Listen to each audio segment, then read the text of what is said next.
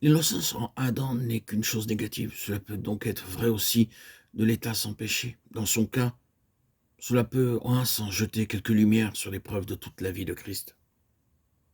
Bien que nous disions ceci avec quelques réserves auxquelles nous ne nous arrêterons pas maintenant, pour ne pas sortir de notre sujet.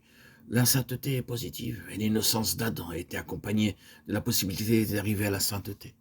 La sainteté est le résultat de la fidélité dans l'épreuve, en ce qui concerne l'homme.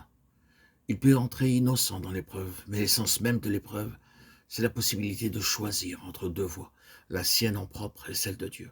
La foi, l'obéissance, la loyauté envers Dieu, la résistance au mal en ayant recours à Dieu amèneront à un état positif qui sera quelque chose de plus que l'innocence et le fait de ne pas avoir péché avant cette expérience. La faculté qui gouverne et dirige en cela, c'est l'esprit. C'est pourquoi l'issue sera ou bien la sainteté spirituelle ou bien la perversité spirituelle. Chacune des deux issues représente une relation, soit avec Dieu, le Saint-Esprit, soit avec Satan et les esprits mauvais. C'est en cela que nous voyons le résultat de l'épreuve et de la chute d'Adam. Alors l'Éternel Dieu forma l'homme de la poussière de la terre. Il fit pénétrer dans ses narines un souffle de vie, et l'homme devint une âme vivante. Genèse 2.7. En revenant à ce qui nous est dit dans Genèse 2.7, au sujet de la constitution de l'homme, nous aimerions rappeler ce qui a été dit au sujet de la progression dans la révélation.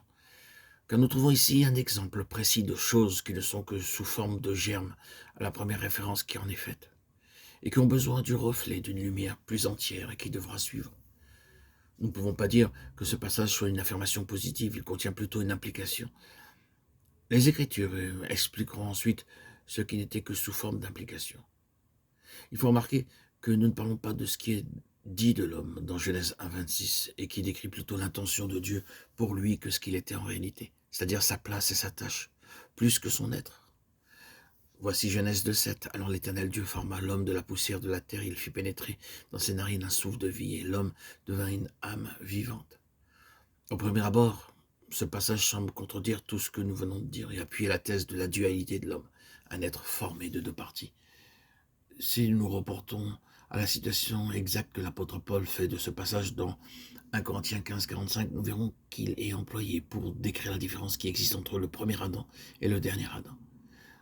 Le premier homme, Adam, a été fait âme vivante, le dernier est esprit vivifiant. Le premier a été fait une âme vivante, le dernier un esprit vivifiant. Cela nous aidera, mais remarquons pour commencer la synthèse. Il y a trois choses. Les éléments matériels, la poussière de la terre, le facteur formateur, le souffle de vie, et le résultat final.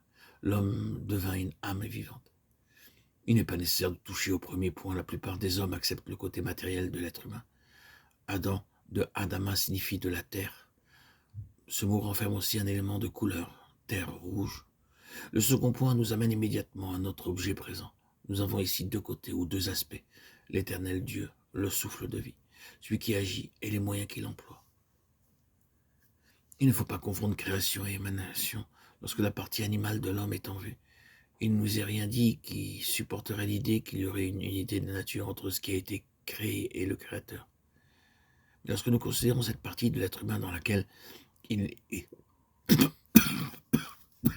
et à la ressemblance de Dieu, nous avons une nature plus haute. L'homme n'est pas un acte de création. Nous avons là plutôt la nature de la procréation, de l'engendrement. Ce souffle de vie n'est pas l'âme de l'homme, c'est son esprit. Ce n'est pas simplement un élément abstrait, simplement initiateur qui marque la différence entre l'homme, organisme vivant, et la matière inanimée, mais quelque chose qui, venant de Dieu, est un organe ou une faculté aussi bien qu'une fonction. Selon l'enseignement général des Écritures, nous comprenons que ce fut le Saint-Esprit, l'Esprit de vie qui souffla dans l'homme et par ce souffle fit de lui non seulement un être animé, mais en lui non seulement le corps, âme, la vie psychophysiologique, mais forma le lien avec Dieu pour l'accomplissement des desseins suprêmes de Dieu.